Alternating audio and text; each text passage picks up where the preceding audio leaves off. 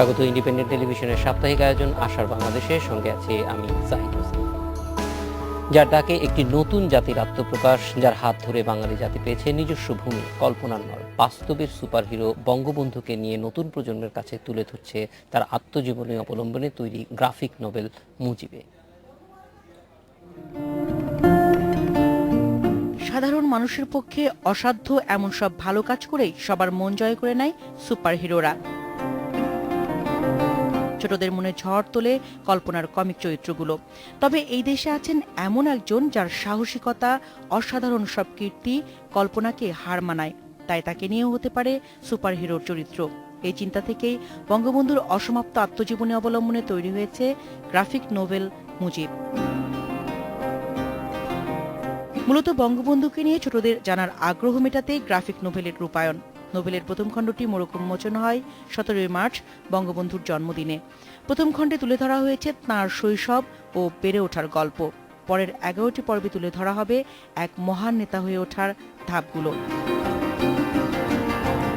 ধারাবাহিকভাবে তুলে ধরা হবে কিভাবে তিনি রাজনীতিতে এলেন, কিভাবে দেশের মানুষকে শোনালেন স্বাধীনতার বাণী।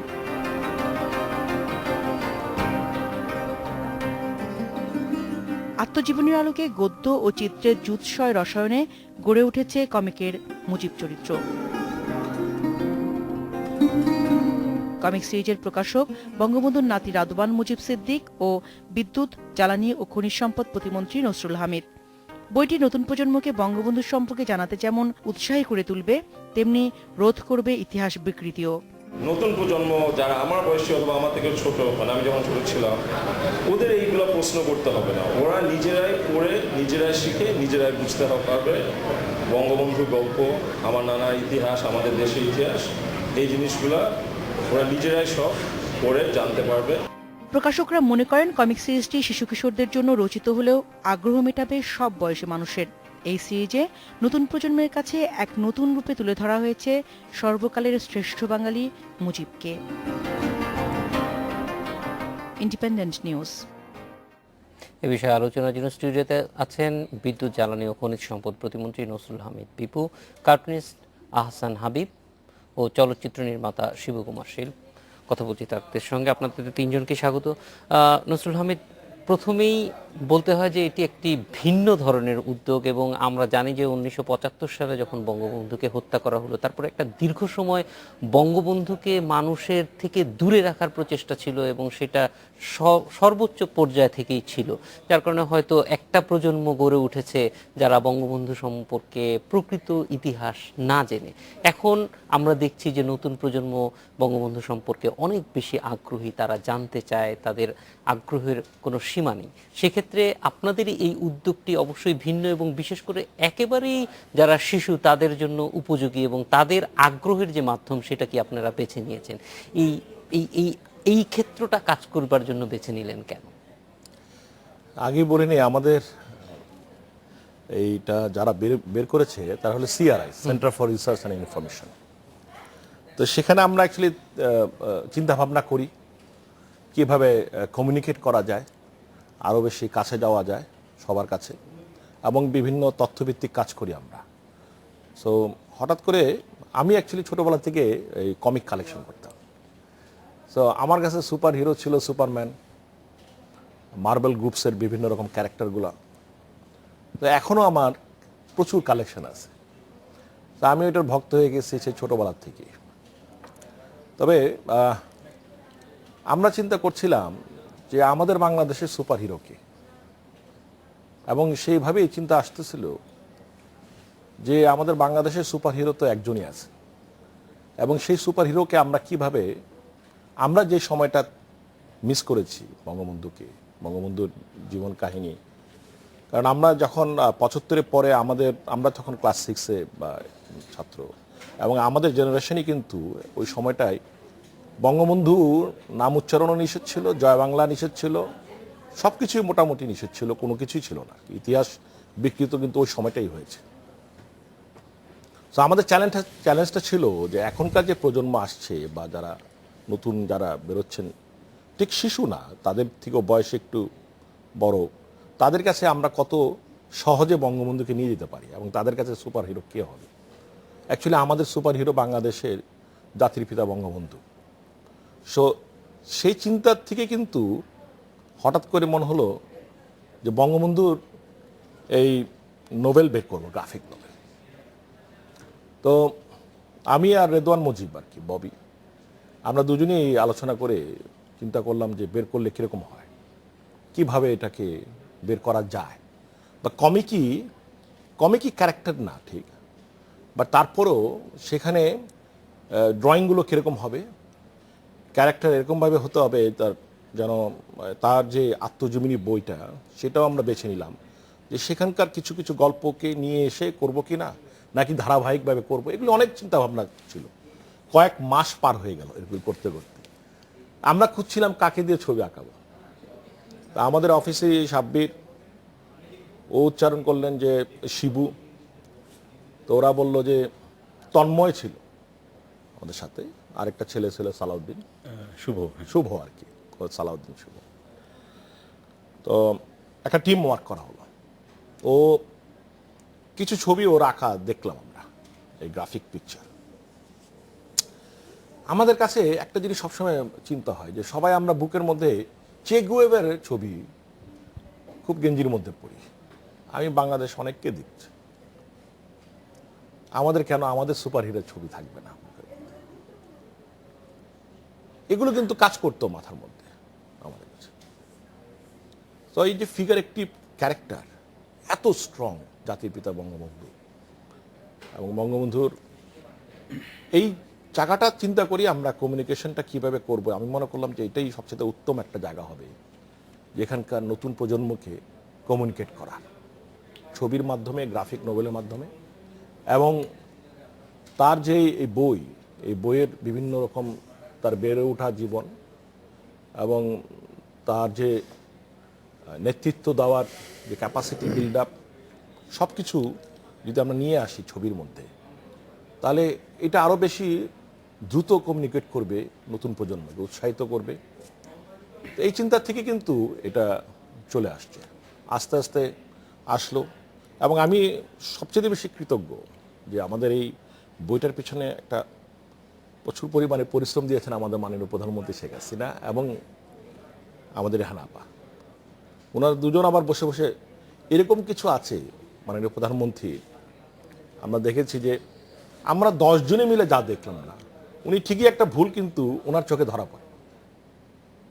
তো সেই জায়গায় আমরা সবসময় হেরে যাই তার কাছে। তো যখন ওনার কাছে না হলো, অনেক কারেকশন আসলো ছবির ব্যাপারে, রঙের ব্যাপারে, লেখার ব্যাপারে, কিভাবে উপস্থাপনা হবে সেগুলোর ব্যাপারে। তো এটার পিছনে কাজ করতে করতে মোটামুটি এখন যেভাবে আসছে, এটা আসছে এখন বাকিটা। এটা নিশ্চয়ই আরো অনেকগুলি হ্যাঁ, পর্ব আমরা হবে সেই স্কেলটাকেও তৈরি করছি। এটা আমরা প্রথম প্রচার শুরু করেছি, 5-6 মাস হয়ে গেছে প্রায়, আর এবং চর্চা এটার প্রচারের দায়িত্ব নিয়েছেন আর কি। তো এখন আমরা দেখছি যে যথেষ্ট সাকসেসফুল, প্রচণ্ড আগ্রহ, বিশেষ করে 3 বছর থেকে 4 বছর, 5 বছর, এবং বড়দের মধ্যে বিশাল আগ্রহ এটার মধ্যে। বিস্তারিত মানে পরিকল্পনার অন্য ধাপগুলি আমরা জানবো আপনার কাছে। একটু চলে যাব কার্টুনিস্ট হাসান হাবিবের কাছে। হাসান হাবিব, সবসময়ই কিন্তু একটা শিশুরা গ্রাফিক নোবেল নিয়ে আগ্রহী থাকে, তাদের কল্পনার যে চরিত্রগুলি আছে, সেটা সুপারম্যান হোক কিংবা স্পাইডারম্যান হোক, তারা ইন্সপায়ার করতে থাকা সারা পৃথিবীর মানুষকে। সেই রকম একটি চরিত্র হিসেবে মুজিবকে নিয়ে আসা এবং আমাদের শিশুদের সামনে উপস্থাপন করা, যেহেতু শিশুদের নিয়েই আপনি কাজ করেন, এই এই এই এই প্রকল্পটি আপনাকে কিভাবে ছুঁয়ে গেছে? না, এটা তো আসলে খুবই একটা ভালো প্রকল্প অবশ্যই, কারণ এটা দুইটা কারণে গুরুত্বপূর্ণ। এক নম্বর কারণ হচ্ছে এটা বাংলাদেশের প্রথম বায়োগ্রাফিক্যাল গ্রাফিক নোবেল, তাই না? পৃথিবীতে কিন্তু সারা পৃথিবীতে বিখ্যাত মানুষদের, প্রচুর বিখ্যাত মানুষদের, বিশেষ করে যারা রাষ্ট্রনায়ক আর তাদের গ্রাফিক নোবেল আছেই। আব্রাহাম লিঙ্কন বলেন, ফিদেল ক্যাস্ট্রো বলেন, ইভেন আমাদের গান্ধী। আমাদের বঙ্গবন্ধুটা ছিল না, এটাও হয়ে গেল আর কি। এটা একটা কারণে গুরুত্বপূর্ণ। আরেকটা কারণে গুরুত্বপূর্ণ যেটা হচ্ছে, যেটা আপনি বললেন যে সুপার হিরো, বাচ্চারা আসলে সবসময় একটা মানে সুপার হিরোই খুঁজে আসলে।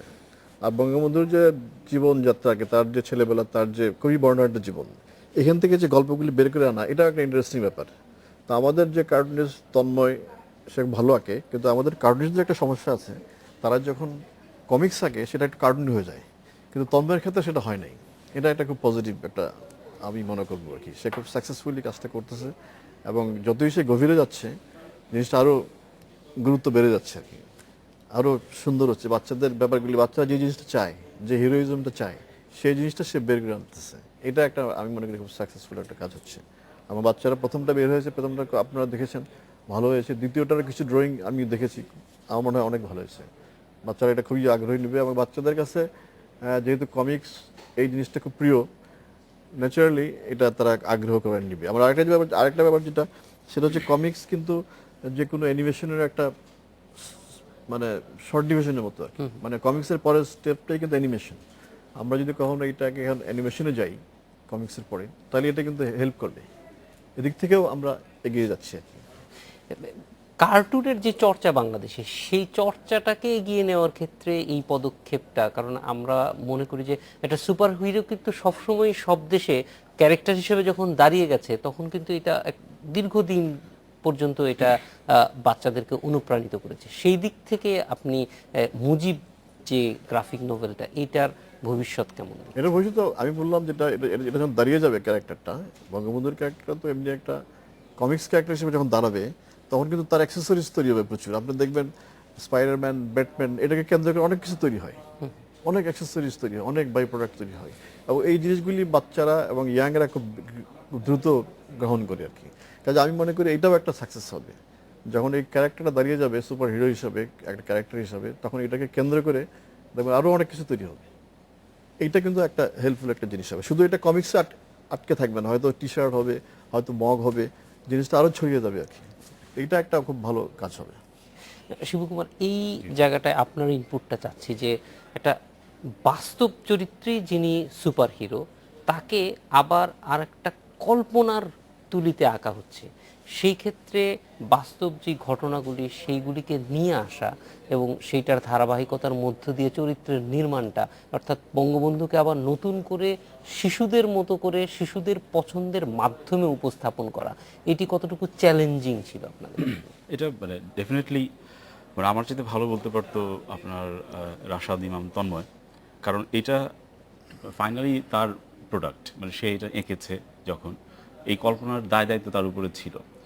আমি বলবো যে প্রথমে বলি যে এই চিন্তাটা, এই একটা গ্রাফিক নভেলের চিন্তা বঙ্গবন্ধুকে নিয়ে, সেটা কিন্তু আমাদের মাননীয় মন্ত্রী নসরুল হামিদ বিপু ভাই এবং রাদওয়ান মুজিব সিদ্দিক, এই দুজনেরই আমরা চিন্তা দেখে আসছি বহুদিন ধরে। এটা তাদের ব্রেন চাই। জি। তো কিন্তু এইটা যখন আমরা কাজ ইমপ্লিমেন্টেশনের দিকে যাচ্ছি, তখন আমাদের সিআরআই সাব্বির শামস ভাই যখন বলছে যে এরকম একটা কিছু করতে হবে, আমরা বিষয়টা ভাবনার মধ্যে পড়লাম যে আসলে এখানে তো বঙ্গবন্ধুকে কমিক্স বা কার্টুনিক একটা ক্যারেক্টার করা হবে, সেইটা তো আসলে এখানকার যে একটা মানে ঐতিহ্য, এর মধ্যে আসলে এটা ঠিক এরকম কোনো ঘটনা আমাদের জানা নাই যেটা মেনে নিতে পারে, বরঞ্চ এটার বিরুদ্ধেই যাবে যে আসলে ব্যঙ্গ করা হচ্ছে, বঙ্গবন্ধুকে খাটো করা হচ্ছে। তো এই চ্যালেঞ্জগুলোর পরেও আমরা বিপু ভাই এবং রাদওয়ান মুজিব সিদ্দিক ভাই, এদের সবারই এক ধরনের সাহস জুগিয়েছে, বিষয়টাতে চ্যালেঞ্জটা নিতে করেছে, আমাদেরকে উদ্বুদ্ধ করেছে। তো তন্ময় ফাইনালিও কাজটা করলো, এবং আমরা দেখলাম যে সেই বিতর্কের কোনো জায়গায় এখনো পর্যন্ত, যে বইটি বেরিয়েছে বা দ্বিতীয় সংস্করণ করেছি, এখনো পর্যন্ত সেই বিতর্কের জায়গাগুলো ছিল না।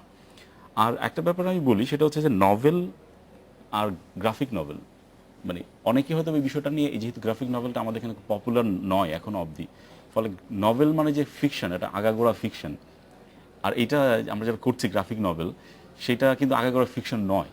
এটা এই প্রশ্ন আমাদের আপনার যখন মোড়ক উন্মোচন হচ্ছে, তখন আমাদের শিল্পী আমাদের রণবীর স্যার, রফিকুন নবী স্যার বলছিলেন যে এটা কেন, এটা তো ফিকশন না, এটা তো বঙ্গবন্ধুর জীবন। তখন আমরা দেখছি যে এই টার্মগুলো একটু পরিষ্কার হওয়া জরুরি, এটা আসলে টার্মের কারণে হচ্ছে, কিন্তু আসলে তো আমাদের আধার হচ্ছে আমাদের আরাধ্য, সেটা হচ্ছে বঙ্গবন্ধু অসমাপ্ত আত্মজীবনী। এবং আমরা যতটুকু চেষ্টা করেছি যে এটা হাবিব বললেন যে একটা রিয়ালিস্টিক অ্যাপ্রোচের মধ্যে থাকা, তারপরে যতটুকু সম্ভব ইনফরমেশনের ক্ষেত্রে 100% থাকা, ওই যেটা অসমাপ্ত জীবনী থেকে নিয়ে। আর ফিকশন বললেন যে একটা রিয়ালিস্টিক অ্যাপ্রোচের মধ্যে থাকা, তারপরে যতটুকু সম্ভব ইনফরমেশনের ক্ষেত্রে 100% থাকা, ওই যেটা অসমাপ্ত জীবনী থেকে নিয়ে। আর ফিকশনাইজের জায়গাটা খুবই ছোট, যেখানে আমরা সংলাপ বলছি, কেউ একজন হয়তো সংলাপ বলছে যে অমুকের কথায় আমি গেলাম, এরকম একটা বলছে, তো ওই অমুকের কথাটা আমরা হয়তো লিখছি, ফলে এটা অনেক খুব লিটল বিট, ফলে এটা কোনোভাবেই তার মূল ঘটনাকে মূল গল্পটাকে অনুসরণ tempered করে করে না। এবং এটা আমি বলবো যে এই মানে যেহেতু এটার সাথে সরাসরি বঙ্গবন্ধু দৌহিত্র সম্পৃক্ত প্রকাশক হিসেবে এবং আমাদের আওয়ামী লীগ সরকারের মাননীয় মন্ত্রী সম্পৃক্ততার সাথে, কিন্তু আমি খুব বিস্মিত এখন এই কাজটা করতে গিয়ে, যেটা কোনোভাবে একটা এমবেডেড কোনো কাজ নয় যে এটা সরকার করাচ্ছে বা এরকম কোনো কাজ নয়, এটা আসলে একটা জনগণের কাজ হয়ে উঠছে। যারা এটার এটা চাহিদা তো করছে, নতুন প্রজন্মের কাছে ছিলই। আমরা একটা বিরতিতে যাব, শুধু বিরতির পর আবার আসবো যখন তখন। নসরুল হামিদ, আপনার কাছে এই যে নতুনদের জন্য নতুনদের মতো করে এবং নতুন প্রজন্মের যেসব মাধ্যমে, সেই মাধ্যমগুলিতে যাওয়া, এটি একটি খুব মনে করি আমরা যে খুবই পজিটিভ একটা উদ্যোগ। এবং সেক্ষেত্রে হয়তো আরও আমরা দেখেছি বিভিন্ন দেশে কিন্তু এখন ধরেন ইভেন মোবাইল গেমসেও এই ধরনের বড় মানুষদেরকে আপনার যারা নায়ক তাদেরকে নিয়ে আসা হচ্ছে, হয়তো বঙ্গবন্ধুও সেই রকম আসবেন। আমরা একটা বিরতি থেকে ফিরে এসে ভবিষ্যতের পরিকল্পনাগুলি জানবো। আশার বাংলাদেশের নিচে একটা দেখছেন আশার বাংলাদেশ। নসরুল আহমেদ, এই গ্রাফিক নোবেল মুজিব নিয়ে সামনে আপনাদের পরিকল্পনা কি? এখানে কোথায় নিয়ে যেতে চান জিনিসটাকে? না, আগে বললাম যে আমাদের সুপার হিরো জাতির পিতা বঙ্গবন্ধু। এই বঙ্গবন্ধু হলো সার্বজনীন, সকলের বন্ধু বঙ্গবন্ধু এবং সকলের সুপার হিরো। এবং ওই জায়গাটায় যেখানে আমরা যে সময়টা আমরা ওনার ইতিহাসকে আমরা পাইনি, আমাদের সময়টা 75-এর পরবর্তী অবস্থা, সেই জায়গাটা যেন তৈরি না হয় কখনই। এবং এই ছবির মধ্য দিয়ে বঙ্গবন্ধুর যে আত্মজীবনী, অর্থাৎ সেটা খুব সহজভাবে প্রকাশ করা, সবার কাছে মানে মনের কাছে নিয়ে আসা, এটাই আমাদের বড় চ্যালেঞ্জ ছিল। এবং আমাদের এর সাথে সাথে আমরা ফিগারেটিভ প্রোডাক্ট নিয়ে আসছি, যেটা আপনারা দেখবেন ভবিষ্যতে। আমাদের যে 7ই মার্চের ভাষণ দিয়ে আমরা মক তৈরি করেছি, যেটা পুরোপুরি ভাষণ হচ্ছে, ইউজ করতে পারেন নিজেরা। আমাদের গেঞ্জি টি শার্ট তৈরি হচ্ছে বঙ্গবন্ধুর ফিগারেটিভ দিয়ে, সেখানে 7ই মার্চের ভাষণটা লিখে।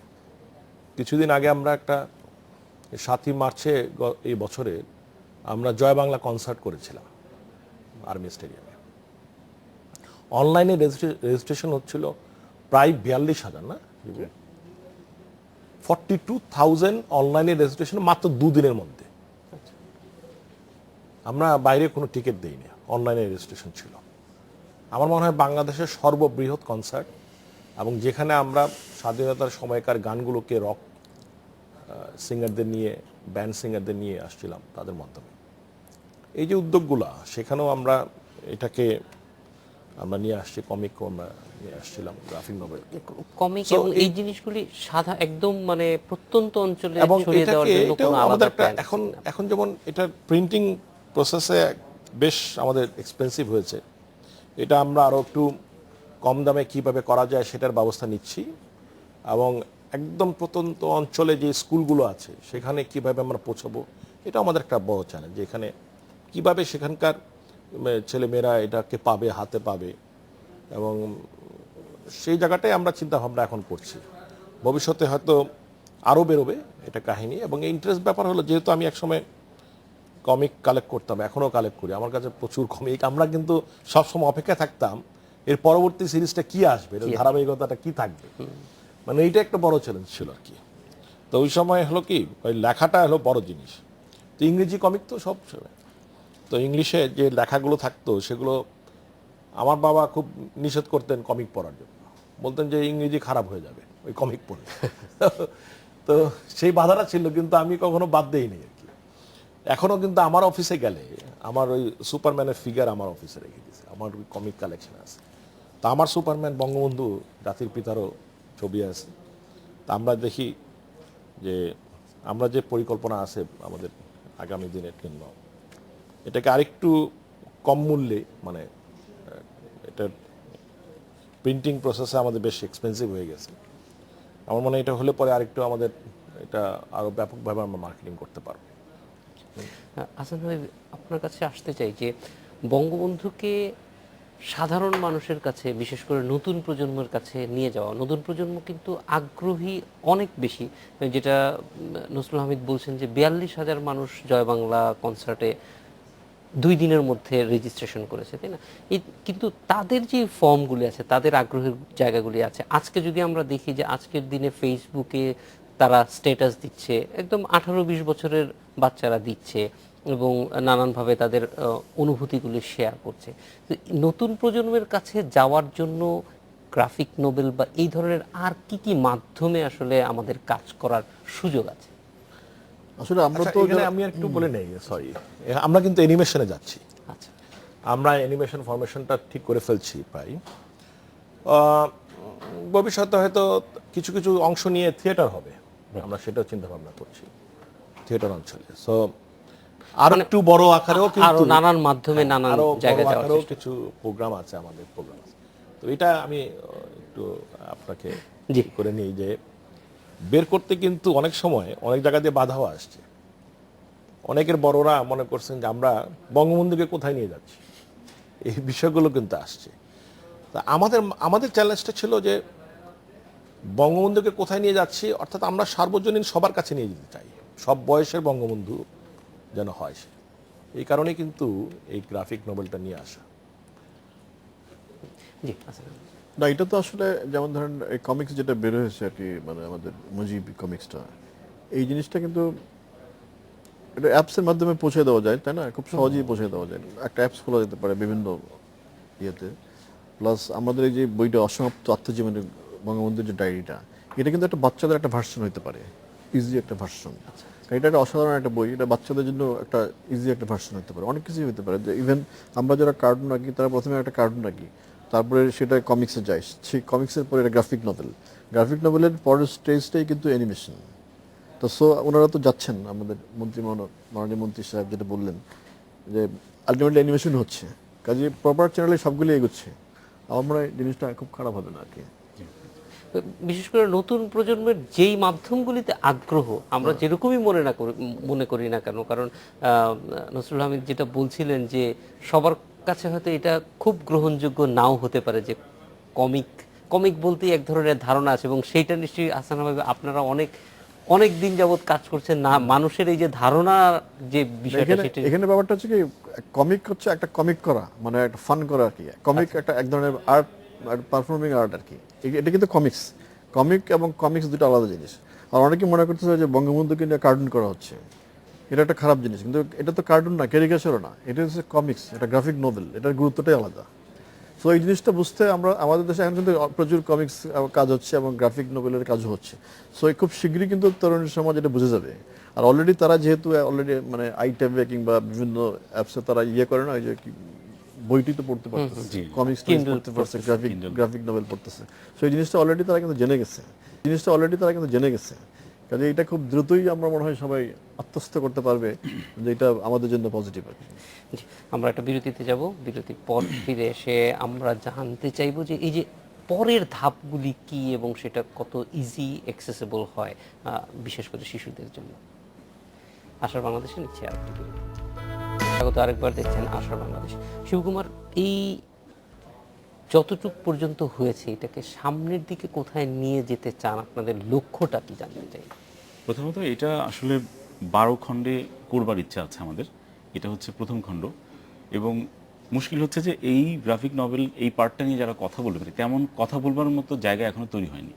কারণ এখানে বঙ্গবন্ধুর রাজনৈতিক জীবনই শুরু হয়নি, তারপরে যে মুসলিম লীগ গঠন থেকে শুরু করে আরো অনেক মানে বর্ণাঢ্য জায়গাগুলো আছে বঙ্গবন্ধুর। কিন্তু এখানেও কিন্তু একটা তরুণের সঙ্গে পরিচয় হয়, এবং সেই তরুণটা যথেষ্ট উদ্যমী, একটা মানুষ বিপদে পড়লে তাকে ডাকছে। ফলে এইটাও কিন্তু একটা মানে চরিত্র নির্মাণের দিক থেকে আমার কাছে কিন্তু খুবই ইন্টারেস্টিং লেগেছে, যদিও এটা একদম আত্মজীবনী থেকেই। সে তো বটেই, কিন্তু আমি বলছি যে মানে আরো যখন পর্বগুলো আসবে, 3-4 পর্ব যখন হবে, তখন ওটা নিয়ে অনেক ধরনের ডাইমেনশন তৈরি হবে, অনেক আগ্রহ তৈরি হবে, এবং সেটাই আমরা মানে সেই উত্তেজনায় বসে আছি আর কি। আমরা 12টা খণ্ড আমাদের করবার ইচ্ছা আছে, এবং সেটা নট নেসেসারি 12টাই হবে, এটা আমরা হয়তো 10 খণ্ড শেষ করে দিতে পারি। হয়তো কোনোটার কলেবর বড় হতে পারে, এন্ড দেন আমরা এটাকে একটা একসাথে, যেটা গ্রাফিক নভেলে যেরকম রূপ চেহারা হয় যেমন ওই রকম করে আমরা প্রকাশিত করব। এবং সেই ক্ষেত্রে আমাদের আলটিমেট টার্গেট হচ্ছে সাধারণ মানুষের কাছে কিভাবে, একেবারে প্রত্যন্ত অঞ্চলের মানুষের কাছে কিভাবে এটা পৌঁছে দেওয়া যায়, সেই রকম প্রোডাক্ট, সেই রকম কোয়ালিটি মিলাই আমরা এটা করবার ইচ্ছা আছে। 12টা যখন একসঙ্গে হবে তখন কি মানে সাইজটা এরকমই থাকবে না ছোট হয়ে যাবে? সেইখানে আমরা একটা রিথিঙ্ক করতে পারি আর কি। এবং আমি বলবো যে যেহেতু গ্রাফিক নভেলেরও তো এক ধরনের ক্যারেক্টার আছে আর কি, সেইটাকে আমরা মাথায় রাখবো আর কি। তবে আমি আজকে আসলে একটা বিষয় মানে হাবিব ভাইকে বলতে চাই যে এই জাতীয় কাজ আমাদের এখানে খুব রেয়ার, এবং সেইটাকে ক্রিটিক করা, সেটাকে কীভাবে সামনে এগিয়ে নিয়ে যাওয়া যায়, এই বিষয়ে কিন্তু আমাদেরকে হাবিব ভাইয়ের মতো যারা আছেন, এই মানে প্রফেশনাল যারা আছেন এই বিষয়ে, অথেন্টিক যারা আছেন, তারা কিন্তু আমাদের এটা নিয়ে ক্রিটিক করতে পারেন। এটাকে নিয়ে কিন্তু সবার সামনে কীভাবে এটা নিয়ে লেখা যায়, রিভিউ করা যায়, সেটা জরুরি আমার কাছে মনে হয়। এবং এই কাজটির সাথে আমাদের প্রকাশকরা, এখানে হাজির আছে প্রকাশক সাহেব, আমি বলবো যে এই কাজটি করতে গিয়ে আমার সবচেয়ে ইন্টারেস্টিং পর্যবেক্ষণ হচ্ছে এইটা, যে এখানে কোনো রকমের মানে ডামাডোল ছিল না, বিরাট বিজ্ঞাপন, তারপর লিফলেট বিলি করে দেওয়া, এই করা সে এগুলো ছিল না। বরঞ্চ আমাদেরকে দমানো হয়েছে যে এগুলো করা যাবে না, বরঞ্চ এটা সাধারণ মানুষ আপনি থেকে গ্রহণ করবে আর কি, গ্রহণযোগ্য হবে। তখন আপনি অনেক ডামাডোল করবেন, তখন সেটা ভাববে যে ও আচ্ছা, ওনাদের অনেক টাকা আছে, এরকম একটা ভঙ্গি আছে। তো এই বিষয়গুলো আমরা একটা টোন ডাউন জায়গা থেকে ইয়ে করেছি। বিপুল ভাই, আপনার কাছেই জানতে চাই যে আপনারা এটাকে, শিবুদা যেরকম বলছিল যে একদম গ্র্যান্ড একটা ব্যাপার না করে এইরকম মানে বলা যায় যে একটু ধীরে চলো নীতি কেন নিলেন? নিশ্চয়ই অন্য কোনো চিন্তা মাথায় ছিল। এটা যখন আমরা প্রকাশ করলাম, প্রকাশনার দিন ছিল 17ই মার্চ, জাতির জনকের জন্মদিন, এবং বাচ্চাদের নিয়েই প্রকাশ করা হয়েছিল। আমাদের বিখ্যাত সব যারা নোবেলের সাথে জড়িত তারাও ছিলেন। তো তারপরে আমাদের অ্যাকচুয়ালি উদ্দেশ্যটা ছিল যে আমরা যেখানে দিব তারা যেন সহজেই নিজের থেকে আগ্রহ জাগে এবং নিজেরাই যেন নেয়, তাহলে এটা আগ্রহ জাগবে এটা আরও ভালো করে পড়ার জন্য। আর এইসব ধরনের নোবেল বা কমিক্সের একটা ব্যাপার আছে, যখন একটা সিরিজ যে কিনে যাদের আগ্রহ আছে সে কিন্তু তার পরেরটার জন্য অপেক্ষা করতে থাকে, এর পরের কি স্টোরিটা হলো। ওই বয়সের ছেলেমেয়েদের কিন্তু ওই ধরনের জিনিসের আগ্রহটা। তো আমরা চাচ্ছিলাম যে খুব সাধারণভাবে যাবে, এটা অন্য সব বইয়ের মতোই হবে। সামান্যভাবে আমরা ওপেনিং করেছি। 17ই মার্চ একটা উল্লেখযোগ্য দিন ছিল, এবং যারা নেবেন তারা নামটা দেখে নেবেন, নিজের ইন্টারেস্টে নেবেন, এভাবেই এটা শুরু হয়েছে। তো আমরা দেখছি যে এখন এত কয়েকটা মাস যাওয়ার পরে প্রচণ্ড আগ্রহ বেড়েছে। এবং আরেকটা বড় জিনিস এখানে বলা উচিত, আমাদের এটার পিছনে কিন্তু আমাদের আগ্রহ ছিল প্রচণ্ডভাবে, বিশেষ করে রেদওয়ান মুজিব তো ভিতরে ঢুকেছিলেন একদম ববি, যে কত দ্রুত এটা বের করা যায়। আমরা এই কাজ করতে গিয়ে নিজেরাও কিন্তু নিজেদের চিন্তাভাবনা ডেভেলপ করেছি। কীভাবে? মাননীয় প্রধানমন্ত্রী শেখ হাসিনা উনি কিন্তু যথেষ্ট সাধারণভাবে চিন্তা করতে পারেন, অনেকে কিন্তু জানেন না। এত জটিলতার মধ্যে, এত ব্যস্ততার মধ্যে উনি আমাদের এটা কিন্তু প্রত্যেকটা পৃষ্ঠা প্রত্যেকটা অক্ষরে অক্ষরে উনি দেখেছেন। এবং আমরা মাঝে মাঝে যখন কারেকশনে আসতো ওনার হাত দিয়ে, তখন আমরা চিন্তা করতাম এই জিনিসটা আমরা খেয়াল করিনি কেন। এত বড় একটা টিম, এত কঠিনভাবে আমরা চিন্তা করি, আর উনি এত সাধারণভাবে সলিউশন দেন। এটা আমাদের কাছে বিরাট বড় একটা শিক্ষণীয় ব্যাপার ছিল। আরেকটা ব্যাপার ছিল যে আমাদের এই ছবি আঁকার ব্যাপারটা, যে বঙ্গবন্ধু সেই সময় কিরকম ছিলেন, ছবি তো এরকম সামান্য নাই।